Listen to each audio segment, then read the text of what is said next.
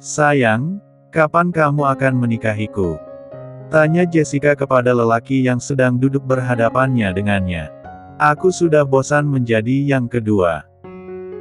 Kamu tidak bisa menyingkirkan Dinda dari perusahaan, setidaknya legalkan hubungan kita, lanjutnya, seraya merajuk dengan wajah yang memberengut. Lelaki parubaya dengan usia 40 tahun itu, mengulas senyum dengan kedua tangan meraih Jessica yang berada di atas meja dan menggenggamnya erat. Sabar, ya, sayang.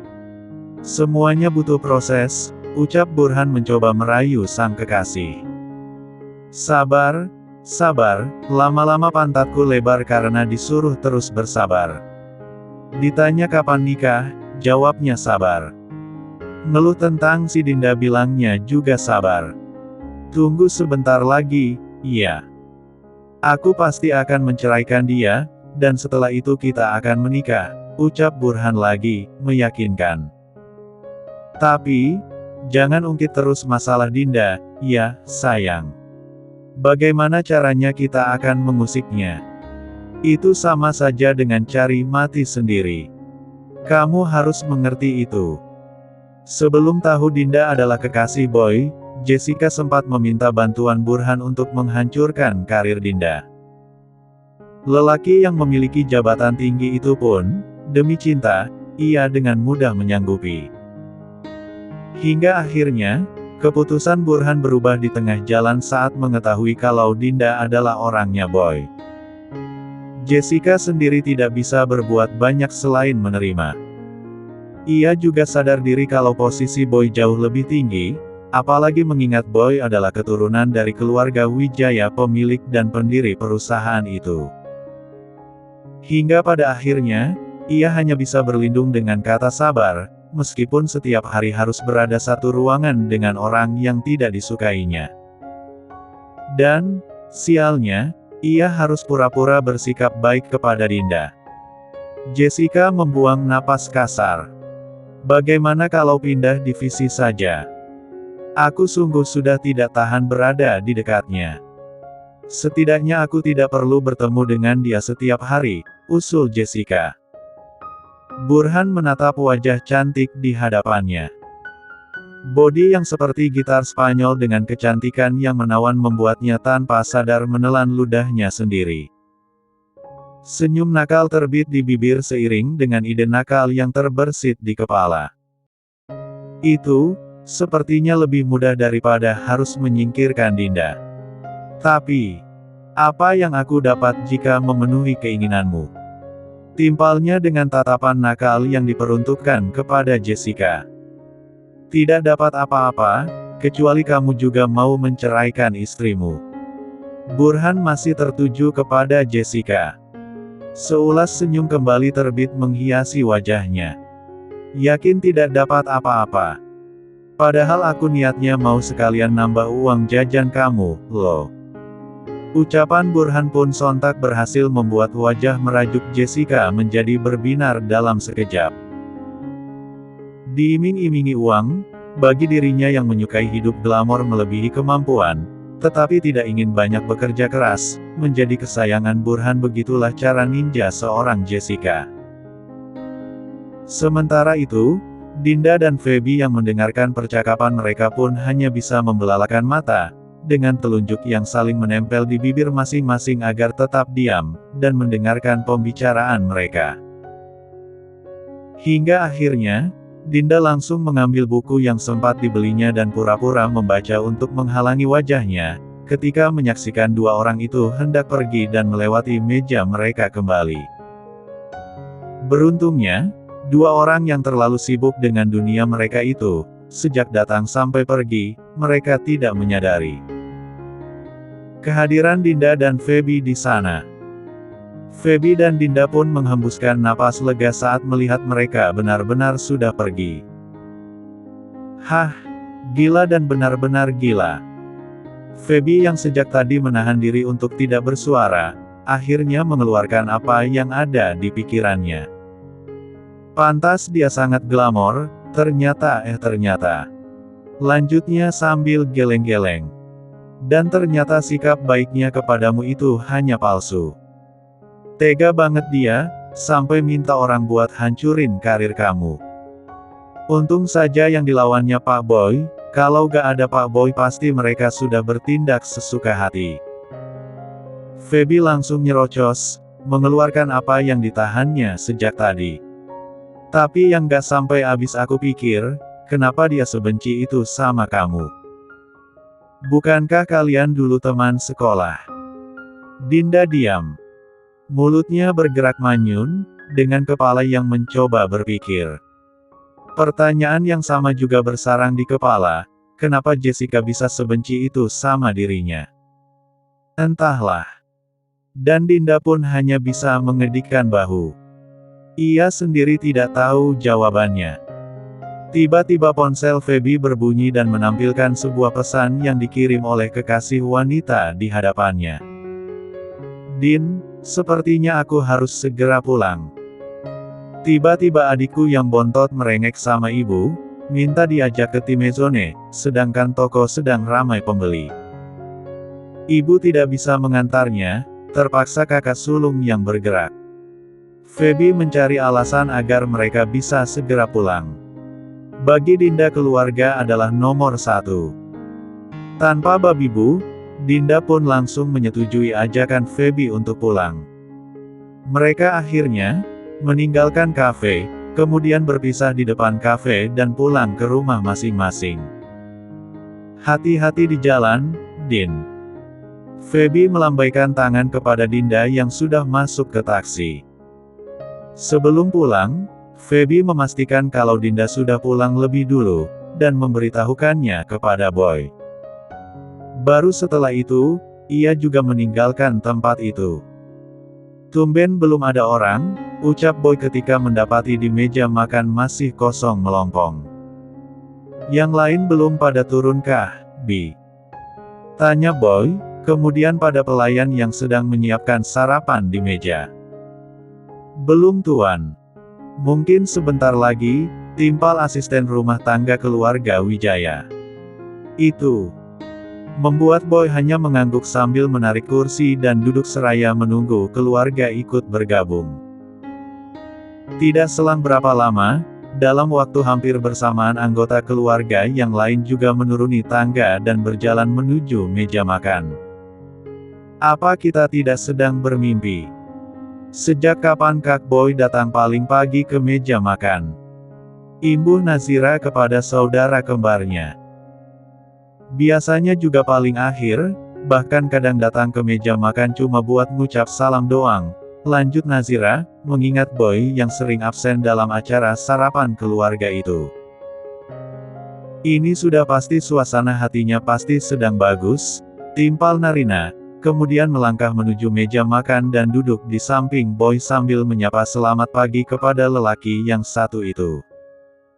Pagi, jawab Boy, dengan senyum yang merekah. Papa dan Bunda belum turun? Tanya Boy, dan dijawab gelengan Narina. Nah itu mereka. Nazira langsung menunjuk saat melihat kedua orang tuanya juga sedang berjalan ke meja makan. Boy dan Narina menoleh ke arah yang ditunjuk, dan menampilkan kedua orang tuanya yang sedang berjalan ke arah mereka. Apa hari ini, Bunda bangun kesiangan ya? Celetuk Tiara, begitu sampai di meja makan. Sambil menarik kursi untuk sang suami, mata Tiara melirik Boy yang sudah duduk di meja dengan jus mangga dan oatmeal yang tersaji di hadapan putra sulungnya itu. Terima kasih, Bun, ucap Danish, yang langsung dijawab senyuman dan anggukan Tiara. Ia pun lantas menarik kursi untuk dirinya sendiri. Ada yang ingin aku bicarakan dengan semuanya. Sementara itu, Boy yang paham kalau sang ibu sedang menyindirnya langsung angkat suara, membuat semua orang yang ada di meja makan langsung menoleh ke arahnya. Sepertinya sangat penting, timpal Danish. Boy mengangguk pelan, membuat Danish juga mengangguk dan meminta Boy untuk bicara. Boy mendongak menatap sejenak ibu dan ayahnya secara bergantian. Aku dan Dinda akan menikah, ucap Boy kemudian. Hah? Sontak ucapan Boy berhasil membuat 3 wanita di meja makan heboh dalam seketika. Di waktu yang bersamaan, Danish yang sudah tahu niat anaknya yang hendak melamar Dinda, hanya angguk-angguk pelan dengan seulas senyum yang tertampil. Kabar yang dibawa Boy sangat membahagiakan, itu artinya lamaran dengan ide cemerlang dari dirinya telah berhasil meluluhkan hati sang calon menantu. Beneran mau menikah? Tanya Narina dan Nazira secara bersamaan. Baru kemarin keduanya meledek sang kakak dan membahas tentang pernikahan, tiba-tiba hari ini mereka diberi kabar baru yang sangat mengejutkan sekaligus membahagiakan. Sementara Tiara, ia yang sangat bahagia mendengar kabar bahagia itu sampai tidak mampu berkata-kata. Air mata bahagia pun meleleh begitu saja di kedua sudut matanya. Bunda kenapa malah nangis? Tanya Narina, begitu melihat sang ibu yang mengusap wajahnya yang basah. Membuat semua orang langsung melihat ke arah Tiara. Tiara menggeleng cepat. Senyum menghiasi wajahnya meski air mata masih tetap membasahi pipi. Tidak apa-apa. Bunda hanya terlanjur senang. Jawaban Tiara pun seketika membuat Boy bernapas lega. Saat melihat Tiara menangis, Boy sempat berpikir kalau Tiara berubah pikiran dan tidak ingin dirinya segera menikah. Namun, pikiran buruk langsung tertepis oleh jawaban terakhir Tiara. Kamu tidak sedang bermain-main dengan Bunda, kan, Boy? Tiara memastikan kalau dirinya tidak sedang kena perang. Boy menggeleng cepat. Semalam aku melamarnya dan diterima, jelas Boy. Seluruh keluarga yang mendengar penjelasan Boy, tidak bisa menutupi kebahagiaan mereka. Dan rencananya aku akan menikahi Dinda bulan depan, lanjut Boy. Apa? Dan berhasil membuat semua orang terperangah. Apa terlalu lama? Kalau begitu bagaimana kalau 2 minggu lagi? Imbu Boy lagi, dan langsung mendapat pekikan Tiara. Boy. Di sisi lain, Dinda yang juga sudah siap dengan pakaian kerjanya pun tampak sedang melakukan panggilan video dengan Agus dan Ami. Dengan wajah yang penuh sumringah, Dinda menceritakan tentang dirinya yang sudah dilamar oleh Boy serta rencana lelaki itu yang berniat menikahinya dalam waktu dekat. Paman dan Bibi ikut bahagia dengan kabar gembira ini.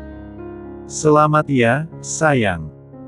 Dengan wajah berkaca-kaca, Ami memberikan selamat kepada Dinda.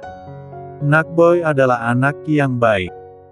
Paman yakin, dia pasti bisa membahagiakan kamu. Paman selalu berdoa untuk kebahagiaan kamu, dan mungkin ini adalah salah satu jawaban Tuhan dari doa-doa itu. Setelah apa yang sudah kamu lalui, kamu berhak bahagia, Din. Ibu Agus panjang lebar, dengan banyak doa dan nasihat yang terucap.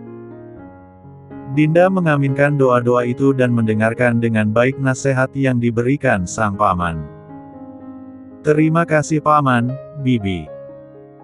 Aku bisa sekuat ini karena ada kalian juga di sisiku, ucap Dinda. Sebelumnya akhirnya percakapan mereka berakhir karena Dinda yang harus segera berangkat kerja. Dinda yang sedang duduk di teras, lantas menyimpan ponsel ke dalam tas. Setelah itu, beranjak dari tempat duduk untuk mengunci pintu terlebih dulu. Selanjutnya Dinda segera berangkat kerja menggunakan motor matiknya. Dengan kecepatan sedang, Dinda melajukan motornya di jalanan, berbaur dengan para pengendara lain. Tiba-tiba Dinda mengurangi kecepatan saat melihat seseorang yang sedang berdiri di tepi jalan sambil melambai-lambai mencoba menghentikan kendaraan umum yang lewat. Risha. Imbu Dinda. Saat semakin dekat, Dinda semakin yakin kalau orang itu adalah orang yang dikenalnya, lalu menghentikan motor di depan wanita itu. Riz. Sapa Dinda kepada Risha yang sedang menggendong anak kecil. Melihat keberadaan Dinda, sambil menggendong anaknya yang sakit, Risha berjalan mendekat dengan langkah gontai. Kepanikan tergambar jelas di wajahnya. Dinda, sapanya, suaranya tergagap sedikit. Kulit anak kecil yang memerah dan bibirnya yang pucat segera mencuri perhatian Dinda. Ada apa, Riz? Anakmu kenapa? Tanya Dinda, khawatir. Demam tinggi, aku mau bawa ke rumah sakit. Tapi, tidak ada satupun angkutan umum yang mau berhenti, Risha menjelaskan dengan nada tergesa-gesa. Tanpa berpikir panjang, Dinda pun mengulurkan tangan. Ayo, aku antar dengan motor. Risha hanya mengangguk dan dengan cekatan membenahi posisi anaknya sebelum menaiki motor Dinda. Selama perjalanan, suara lirih anak kecil itu sesekali terdengar, menambah kekhawatiran mereka berdua. Dinda memacu motornya lebih cepat, bertekad untuk segera sampai di rumah sakit. Sabar, sayang. Kita sebentar lagi sampai di rumah sakit, ucap Risha seraya memeluk anak berusia 3 tahun yang duduk di antara dirinya dan Dinda. Din, bisa tambah kecepatannya, pinta Risha. Kekhawatiran semakin menjadi saat melihat wajah sang anak yang semakin memucat. Dinda mengangguk pelan, kemudian menarik gas lebih kuat dan menambah kecepatan motornya. Sampai akhirnya, motor pun sampai di sebuah rumah sakit terdekat.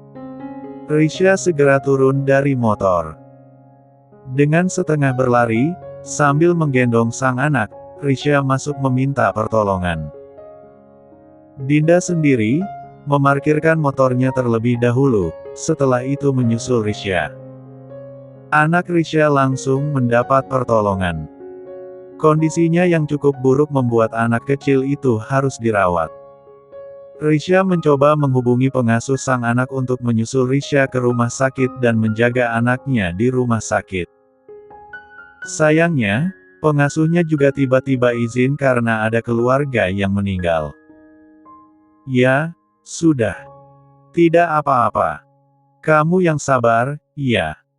Saya turut berduka cita.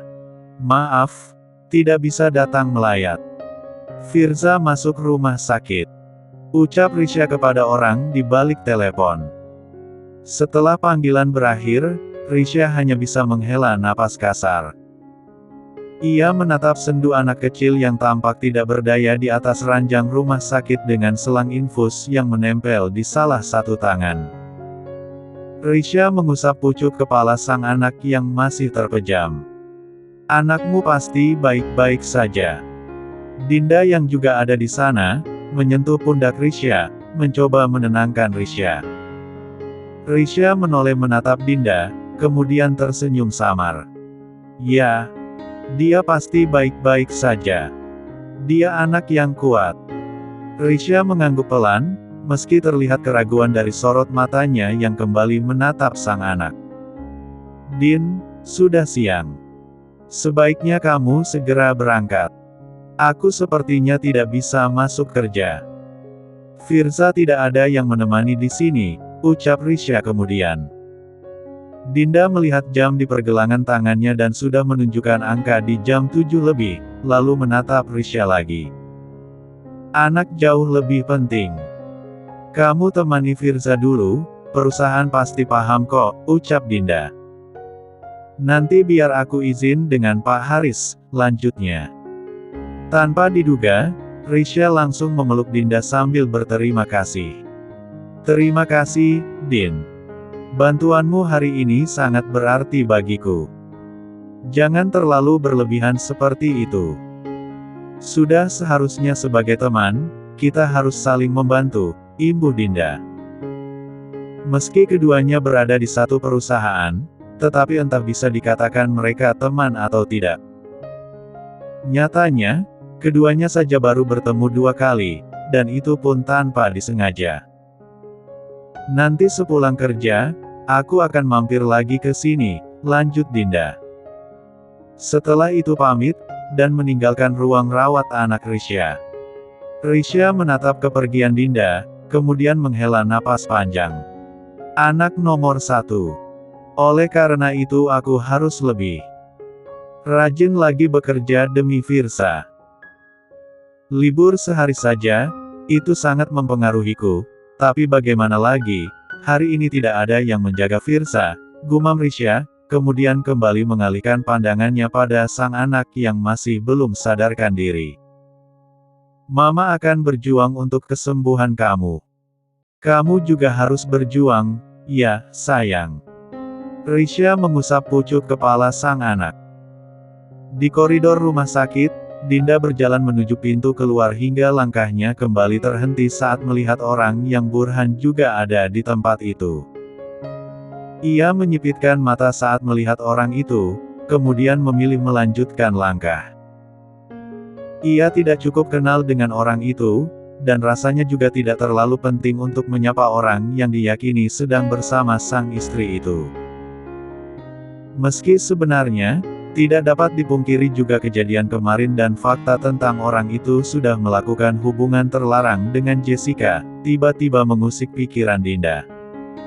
Namun, apa harus dirinya ikut campur dalam urusan mereka? Dinda kembali menghentikan langkahnya, kemudian menoleh pada dua orang yang juga sedang berada di depan sebuah ruangan dengan si wanita tampak sedang menangis di pelukan Burhan. Tahu ah.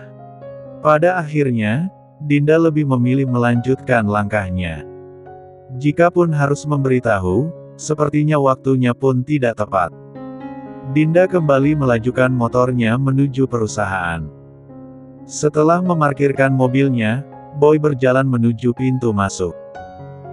Security yang bekerja di depan pintu masuk pun langsung membungkuk memberi hormat saat melihat kedatang Boy, lalu membukakan pintu untuknya. Namun, Boy yang hendak masuk seketika menghentikan langkahnya saat melihat Dinda yang baru sampai. Dia baru sampai, gumamnya pelan, kemudian memilih menunggu Dinda agar bisa masuk bersama. Dinda sendiri segera memarkirkan motor begitu sampai di perusahaan, lalu dengan buru-buru dan setengah berlari ia bergegas menuju pintu masuk gedung. Sejurus kemudian, Dinda mengurangi kecepatan langkahnya saat melihat Boy sudah berdiri di depan pintu sambil menatap ke arahnya. "Kenapa lari-lari begitu?" tanya Boy, begitu Dinda sampai. Sementara security kembali membungkuk memberi hormat kepada Dinda. "Kesiangan," jawabnya sambil nyengir kuda. Membuat Boy langsung mencebik. Setelah itu, menggenggam tangan Dinda dan mengajaknya untuk masuk bersama. "Apa tidak bisa tidur karena acara semalam?" goda Boy, sambil berjalan bersama. Dinda menoleh dan memberikan tatapan menelisik pada Boy, kemudian memberikan cubitan kecil pada tangan yang menggenggam tangannya. Membuat Boy tersenyum kecil. Sementara itu, beberapa karyawan yang melihat kebersamaan mereka hanya bisa mesem-mesem dan dibuat baper sendiri oleh sikap bos mereka terhadap Dinda. "Aku kesiangan karena mengantar Risha ke rumah sakit dulu," jelas Dinda. "Risha?" Boy langsung menyipitkan mata ketika mendengar nama yang disebut sang kekasih. "Iya. Bawahannya Pak Haris yang waktu itu nolong aku," jelas Dinda, membuat Boy angguk-angguk setelah mengetahuinya. "Ah, ya, tolong beritahu Pak Haris, hari ini Risha izin tidak masuk kerja, anaknya sakit," jelas Dinda lagi, dan dijawab anggukan Boy.